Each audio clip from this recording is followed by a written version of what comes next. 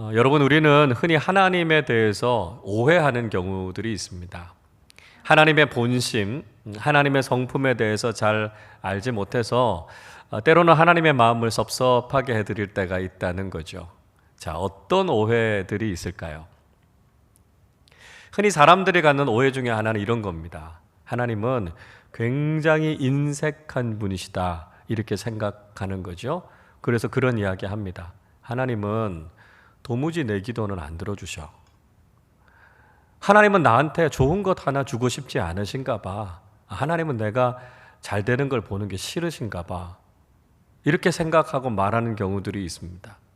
우리가 믿는 하나님을 굉장히 인색한 스크루지 영감으로 만들어버리는 경향이 있죠.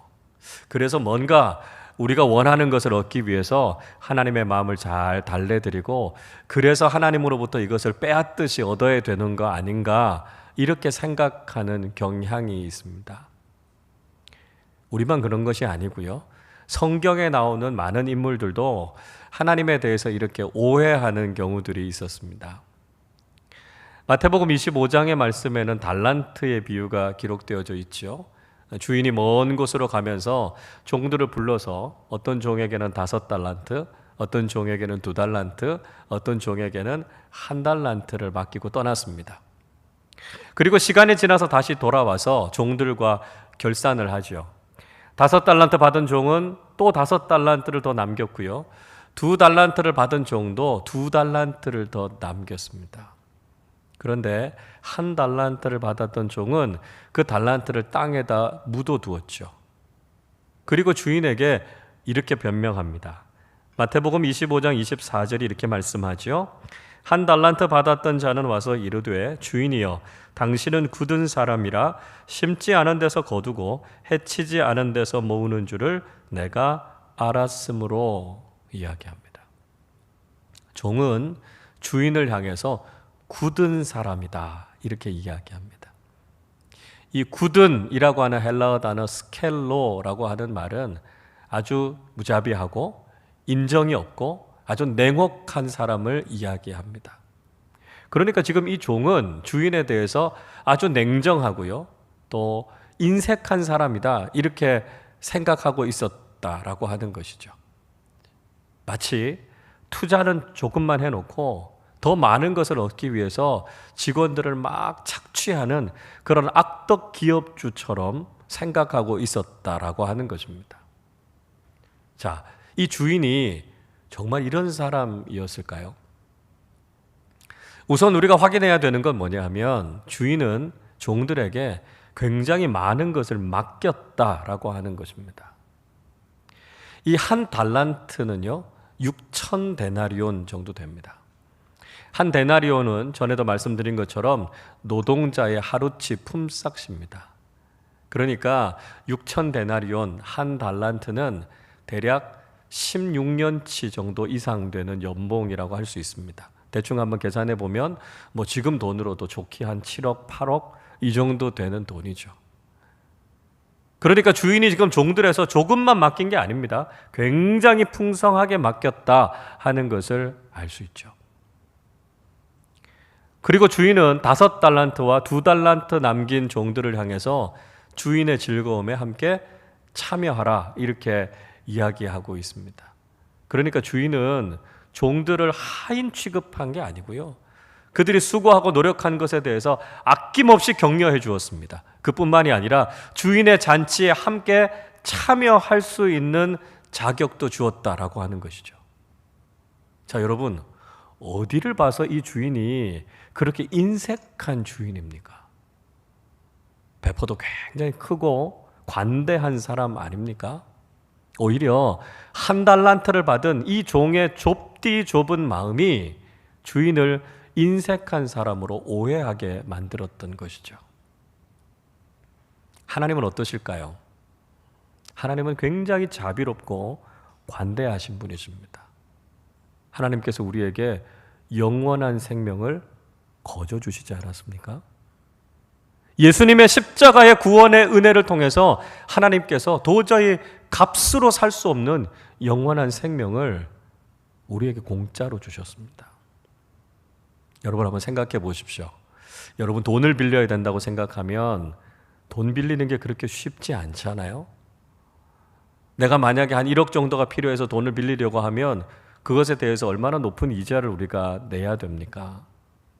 근데 만약에 여러분에게 1억을 빌려주면서 그냥 이자 없이 쓰십시오, 이렇게 이야기하는 사람이 있다면 그거 굉장히 고마운 일이죠. 근데 더 나가서 1억 그 돈도 갚을 필요 없습니다, 그냥 마음껏 잘 쓰시고 이 어려움을 잘 이겨내십시오, 이렇게 이야기하는 분이 있다면요, 정말 자비로운 분이죠. 여러분, 하나님은 우리에게 단지 돈을 주신 분이 아니라 우리에게 영원한 생명을 주셨습니다. 그것도 공짜로 거저 우리에게 주신 것이죠. 여러분, 이걸 생각해 보면 하나님이 얼마나 너그럽고 관대하신 분이신가 하는 것을 우린 알 수 있습니다. 그런데 문제는 사람들이 이런 하나님의 은혜를 거절했다는 것입니다. 하나님의 호의를 받아들이지 않았다는 것이죠. 아니, 이렇게 좋은 것을 왜 하나님께서 우리에게 거저 주시는 거야? 아니야, 우리가 이걸 위해서 대가를 지불해야 돼. 사람들이 이렇게 생각했다는 것입니다. 뭔가 많은 돈을 내야 되는 게 아닌가? 죽을 만큼 고생해야 영원한 생명을 얻을 수 있는 게 아닌가? 사람들은 그렇게 오해했다는 것이죠. 여러분, 정직하게 한번 생각해 보십시오. 하나님이 인색하신 분이십니까? 아니면 우리 인간이 하나님을 인색한 분으로 만들어버린 겁니까? 우리의 잘못된 생각이, 하나님에 대한 오해가 하나님의 성품을 우리가 잘못 이해하게 만들었다는 것이죠. 하나님께서 구원을 위해서 값비싼 대가를 지불하라 말씀하지 않으셨습니다. 그 구원을 얻기 위해서 수없이 많은 고행을 하라 말씀하신 것이 아니었다는 것이죠. 마치 지구 종말의 때에 화성이나 다른 별에 갈 수 있는 우주선을 타기 위해서 천문학적인 금액을 내야만 그 생명을 얻을 수 있다고 우리에게 그 대가를 요구하신 것이 아니었다는 것입니다. 하나님께서 우리에게 영원한 생명을 거저 주셨습니다.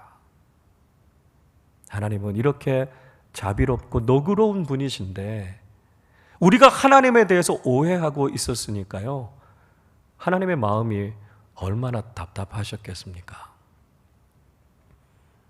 오늘 말씀 속에서 예수님께서는 또 한 가지의 천국의 비유, 그물의 비유에 대해서 우리에게 말씀해 주고 있습니다. 47절 말씀 우리 한 번 더 같이 읽어볼까요? 또 천국은 마치 바다에 치고 각종 물고기를 모는 그물과 같으니. 자, 그물의 비유에 대해서 말씀하고 있습니다. 구약 성경에는 그물 이야기가 잘 나오지 않습니다. 시편의 말씀을 읽어보면 간혹 덫으로 사용되는 그물에 대한 이야기가 나오기는 하지만 이렇게 바다에 물고기를 잡기 위해서 내리는 그물 이야기가 나오는 곳은 딱 한 곳, 에스겔 47장에 나옵니다. 하나님께서 에스겔 선지자에게 예루살렘 성전의 환상을 보여주시죠. 그래서 이 에스겔 선지자를 예루살렘 성전으로 데리고 가십니다. 그런데 그 성전의 제단에서부터 물이 흘러나오죠.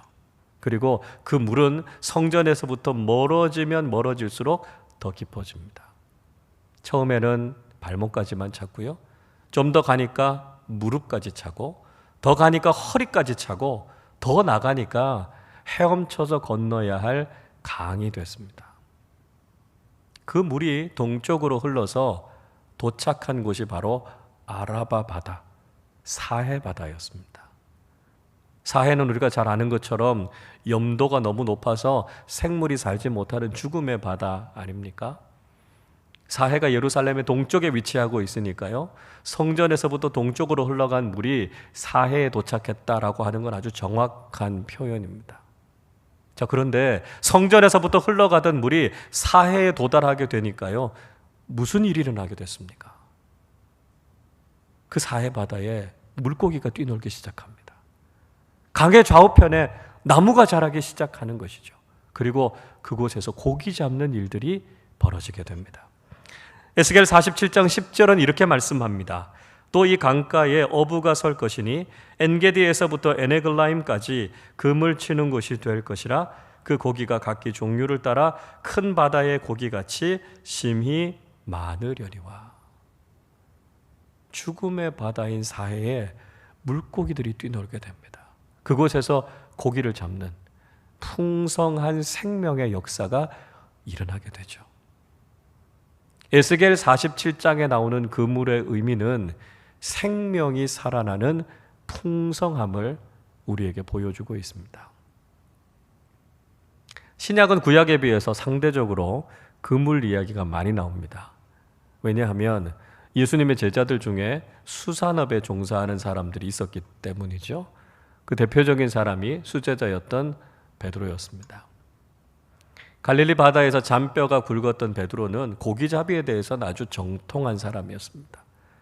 베드로의 예감이 거의 틀린 적이 없었기 때문에 베드로는 그 밤에도 고기를 많이 잡을 것이라고 기대했습니다.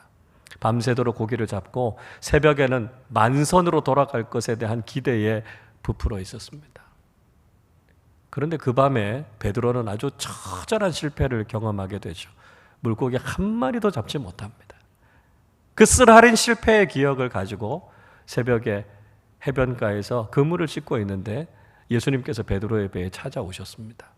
그 배에 타시고 사람들에게 말씀을 가르치시죠. 말씀을 다 가르치시고 난 이후에 베드로의 배를 타고 깊은 데로 가서 그물을 던지라 말씀하십니다. 누가복음 5장 5절 6절은 이렇게 말씀합니다. 시몬이 대답하여 이르되 선생님 우리들이 밤이 새도록 수고하였으되 잡은 것이 없지만은 말씀에 의지하여 내가 그물을 내리리이다 하고 그렇게 하니 고기를 잡은 것이 심히 많아 그물이 찢어지는지라. 예수님의 말씀에 순종해서 그물을 내렸을 때 그물이 찢어질 정도로 많은 고기를 낚게 됩니다. 누가복음 5장의 그물은 말씀의 순종함을 통해 경험하게 되는 풍성함을 보여주고 있습니다. 비슷한 사건이 요한복음 21장에 또 나오죠. 요한복음 21장은 부활하신 예수님과 제자들이 재회하는 이야기를 들려주고 있습니다. 예수님께서 부활하시고 난 이후에도 제자들은 옛 삶으로 돌아가서 디베랴 바다 갈릴리 호수에서 고기 잡고 있었습니다. 역시 제자들은 고기를 한 마리도 잡지 못했습니다. 그런데 멀리서 주님의 음성이 들리죠. 요한복음 21장 6절입니다. 이르시되 그물을 배 오른편에 던지라 그리하면 잡으리라 하시니 이에 던졌더니 물고기가 많아 그물을 들 수 없더라. 주님의 말씀을 다시 듣고 그 말씀에 순종해서 배의 오른편에 그물을 내렸을 때 그물 가득하게 153마리의 고기를 잡게 됩니다.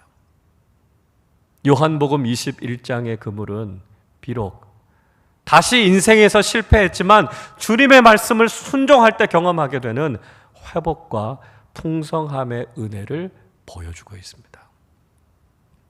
오늘 마태복음 13장에 나오는 그물의 의미도 우리가 앞에 살펴봤던 그물의 의미와 비슷합니다.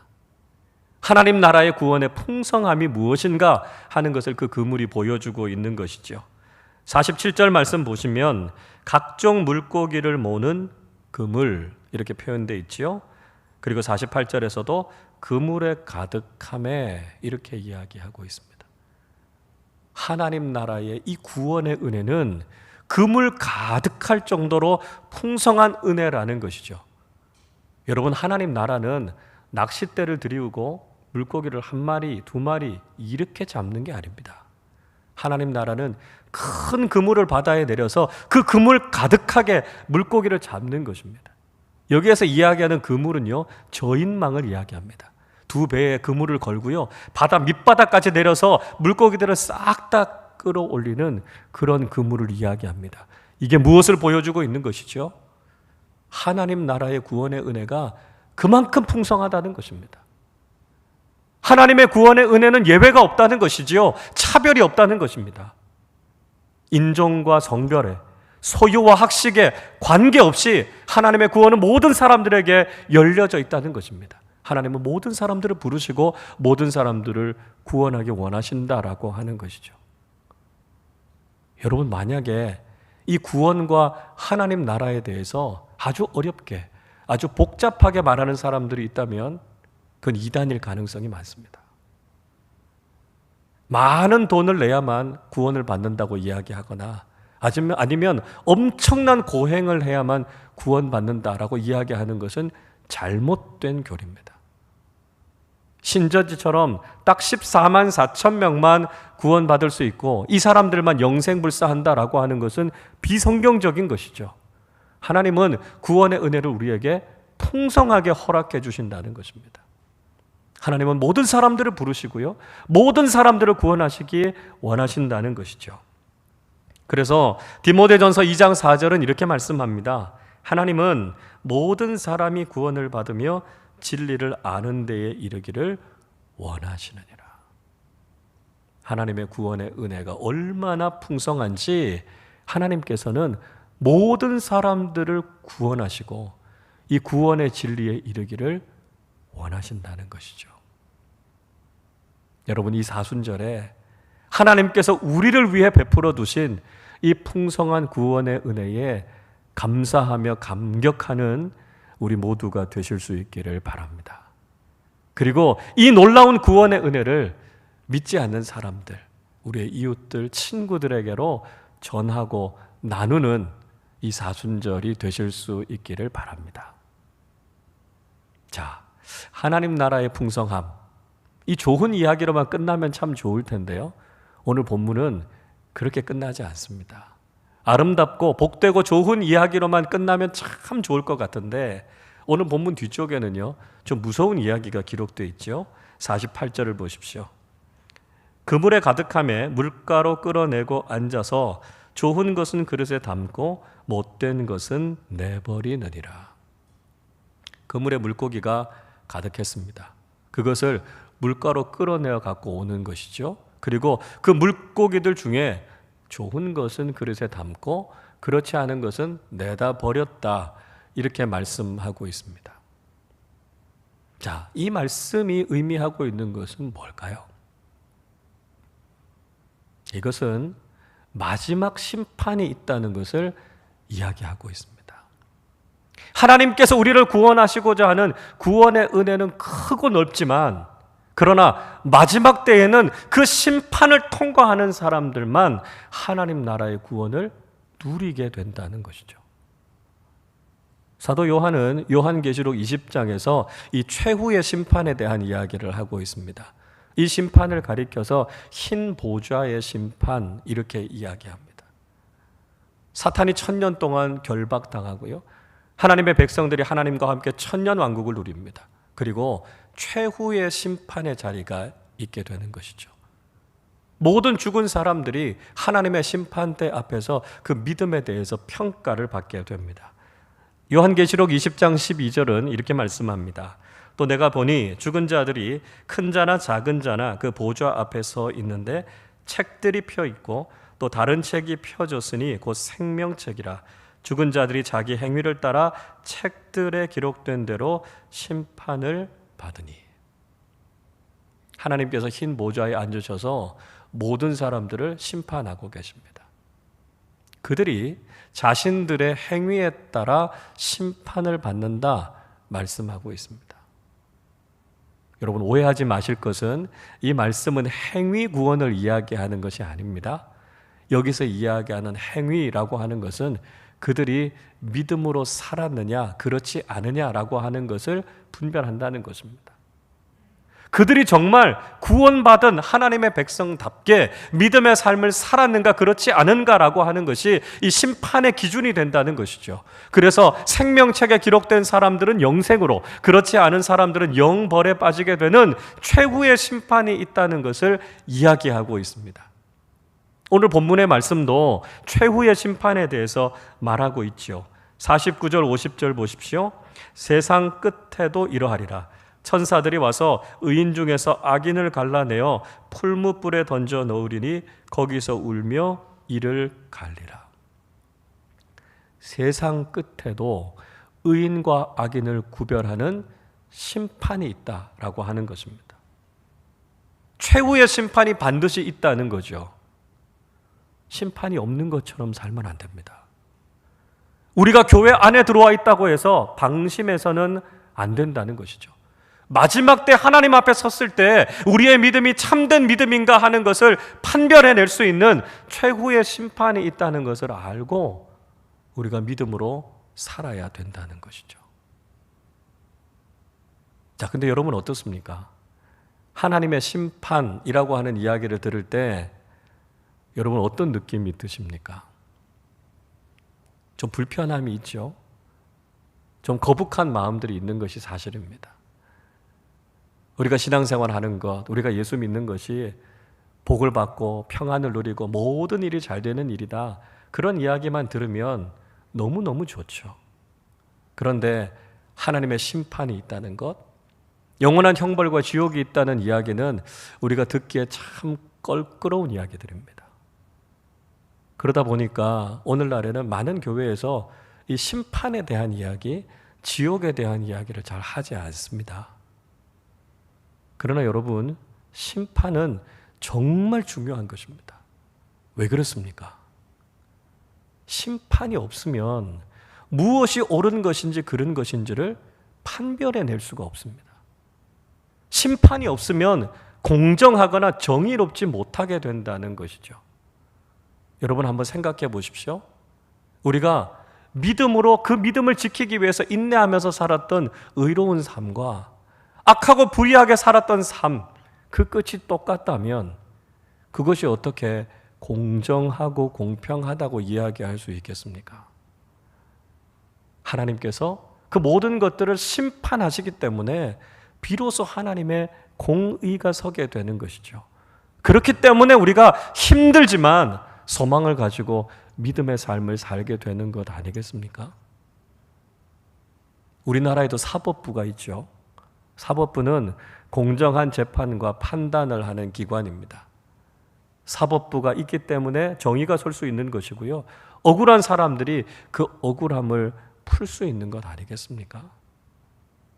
하나님은 우리의 심판자가 되시기 때문에 우리가 믿음으로 살아갈 수 있는 용기를 얻게 되는 것이죠. 불의와 악에 대해서 하나님께서 심판하시고 믿음으로 의롭게 살았던 사람들을 칭찬하시는 하나님의 심판이 있기 때문에 우린 믿음을 지키면서 살아가게 되는 것입니다. 시편 7편 11절에서 이런 말씀하지요. 하나님은 의로우신 재판장이시며 매일 분노하시는 하나님이시미로다. 하나님께서 우리의 의로운 재판장이 되시는 거죠. 그 하나님은 매일 분노하신다고 말씀합니다. 왜요? 우리가 살아가고 있는 세상이 악과 불의가 가득하니까요. 의로우신 심판장이신 하나님이 분노하실 수밖에 없는 것이죠. 그것이 우리에게 위로와 소망이 된다는 것이죠. 그렇기 때문에 우리가 믿음으로 살아갈 수 있는 용기를 얻게 된다는 것입니다. 그러나 여전히 이 심판이라고 하는 말은 우리에게 두렵게 다가옵니다. 왜 그럴까요? 이유는 명확하죠? 우리가 죄인이기 때문입니다. 우리가 죄인의 본성을 가지고 있기 때문에 심판자이신 하나님 앞에 선다라고 하는 것이 두려울 수밖에 없는 것이죠. 여러분, 범죄자는 판사 앞에 서는 게 두렵습니다. 왜냐하면 자신의 죄에 대해서 형량을 매기잖아요. 죄인인 인간은 심판자이신 하나님 앞에 서면 두려움을 느끼게 됩니다. 그러나 여러분, 동시에 우리는 죄인의 본성을 갖고 있어서 심판이라고 하는 것이 두렵지만 동시에 우리는 우리의 죄를 사해 주시는 예수 그리스도 안에 있기 때문에 결코 심판을 두려워할 필요가 없다는 사실을 기억하십시오. 우린 분명히 죄인입니다. 그러나 예수님께서 우리의 모든 죄의 문제를 해결해 주셨기 때문에 하나님의 심판 앞에 서는 것이 더 이상 저주가 아니라는 것이죠. 우리는 예수 그리스도의 구속의 은혜, 그 공로를 통해서 심판을 통과해서 하나님 나라의 생명을 누리게 됩니다. 심판은 악인들을 벌하기 위한 것이고요. 우리에게는 하나님 나라의 구원으로 들어가는 통로가 된다는 것입니다. 여러분, 하나님은 우리를 사랑하십니다. 비록 우리는 죄인이지만 예수 그리스도의 구속의 은혜를 통해서 우리는 용서받은 죄인이 되었습니다. 우리는 하나님의 심판대 앞에 서게 되겠지만 그 심판은 우리의 멸망을 의미하는 것이 아니라 하나님 나라로 들어가는 문이 된다는 것이죠. 심판을 두려워하지 않고 하나님께서 우리를 위해 허락해 놓으신 풍성한 하나님 나라의 구원의 은혜를 향해서 믿음으로 걸어가는 우리 모두가 되실 수 있기를 바랍니다. 혹시 지금 이 순간에도 하나님의 심판이 두렵게 여겨지신다면 여러분, 지금도 늦지 않았습니다. 하나님께로 돌이키기만 하면 하나님께서 우리를 용서해 주시고 그 너그럽고 인자하신 하나님의 사랑이 우리에게 놀라운 구원의 은혜로 임하게 될 것입니다. 지금이라도 우리의 죄인됨을 고백하고 예수 그리스도의 십자가의 은혜를 의지해서 하나님께서 우리에게 베풀어 주시는 구원의 영광과 하나님 나라의 축복을 누리는 우리 모두가 되실 수 있기를 바랍니다. 성경은 항상 천국을 아주 풍성하고 좋은 잔치에 비유하고 있습니다. 마태복음 22장의 말씀을 읽어보면 천국은 어떤 임금이 자신의 아들을 위해서 마련한 혼인잔치라고 비유하고 있습니다. 그리고 많은 사람들을 그 잔치에 초대하죠. 여러분, 천국은 그렇게 좋은 곳입니다. 풍성하고 기쁨의 잔치가 있는 곳이 천국이라는 것이죠. 여러분, 우리가 하나님과 하나님 나라에 대해서 오해하셔서는 안 됩니다. 하나님 나라를 준비하신 하나님은 참 너그럽고 좋으신 분이시다라고 하는 것이죠. 자, 그런데 이 혼인잔치 자리에서 뜻하지 않은 사건이 일어나게 됩니다. 그게 뭐냐 하면 그 잔치에 예복을 입지 않고 참석한 사람들이 있었습니다. 우리가 보통 중요한 자리에 가면 드레스 코드라는 게 있지 않습니까? 당시의 혼인잔치에 예복을 입지 않고 참석했다라고 하는 것은 그 잔치의 주인을 모욕하는 행동입니다. 그 주인이 화가 나서 예복을 입지 않은 사람들을 다 쫓아냈죠. 그리고 마태복음 22장 14절에서 이렇게 말씀합니다. 청함을 받은 자는 많되 택함을 입은 자는 적으니라. 임금은 분명히 많은 사람들을 초대했습니다. 그들에게 그 잔치를 누릴 수 있는 기회를 주었습니다. 그러나 예복을 입지 않은 사람들은 그 잔치의 기쁨을 누릴 수 없었습니다. 하나님께서는 풍성한 구원의 은혜를 예비하고 계시지만 우리가 믿음의 예복을 입지 않으면 이 하나님 나라의 영원한 기쁨을 누릴 수 없다는 것이죠. 여러분, 우리가 믿는 하나님은 너무나 좋은 분이십니다. 하나님은 우리를 위해서 풍성한 구원의 은혜를 준비하고 계시고요. 우리를 한량없는 사랑으로 품어주시는 분이십니다. 우리가 하나님을 오해해서는 안 된다는 것이죠. 우리의 잘못된 생각이 하나님을 인색한 분으로 하나님 나라를 가고 싶지 않은 곳, 불공평한 곳인 것처럼 생각하게 만듭니다. 그러나 하나님이 그러신 것이 아니고요. 우리의 잘못된 생각이다라고 하는 것을 우리는 기억해야 된다는 것이죠. 잘못된 우리의 생각을 바로 잡아야 합니다. 우리에게 풍성한 구원의 은혜를 베풀어 주시는 하나님께서는 우리에게 요구하시는 것이 있습니다. 우리가 이 땅을 살아갈 때 하나님 나라 백성답게 믿음으로 살았는가를 물어보십니다. 우리가 반드시 하나님의 심판대 앞에 선다는 것을 잊지 말고 하나님 앞에 그 믿음을 인정받는 사람들이 되어야 한다는 것이죠.